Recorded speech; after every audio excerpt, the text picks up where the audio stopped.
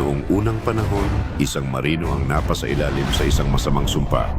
Ang tanging paraan para maalis ang sumpang ito ay ang hanapin ang pinaka-inosenteng kaluluwa sa mundo. Handa na ako. Malaking gop. Malaking gop. Malaking gop. Squidward, gusto mo bang marinig ang malaking balita ko?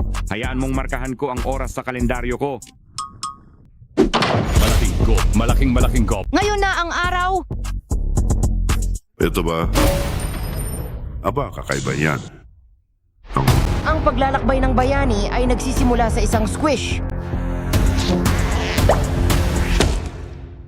Ano?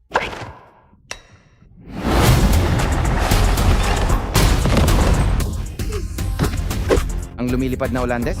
Ang pinaka nakakatakot at nakakairitang multo na nagala sa karagatan? Nako, ang swerte kong ladrilyo. Pahintulot na sumakay, Ginoo. Ako rin! Kung magsusuot ka lang ng pantalon.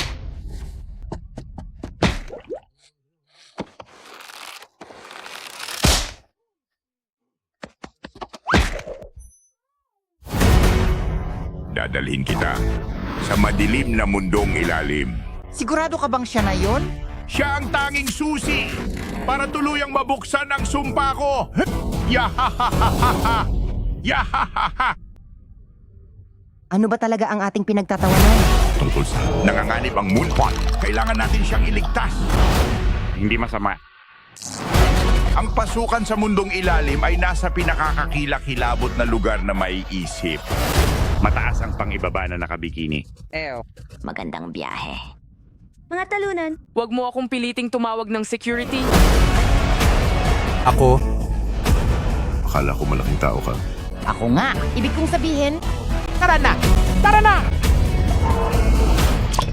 nabitawan mo ang iyong maswerteng ladrilyo? Ako? Wala kang maswerteng ladrilyo. Alam kong kaya ko ito.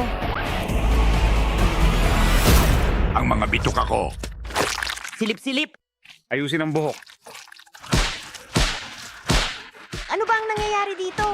Ang pelikulang SpongeBob. Hanapin ang SquarePants. Tingnan ito sa 3D. SpongeBob, malaking lalaki, pantalon, okay? Sa mga sinehan lang sa Disyembre 19.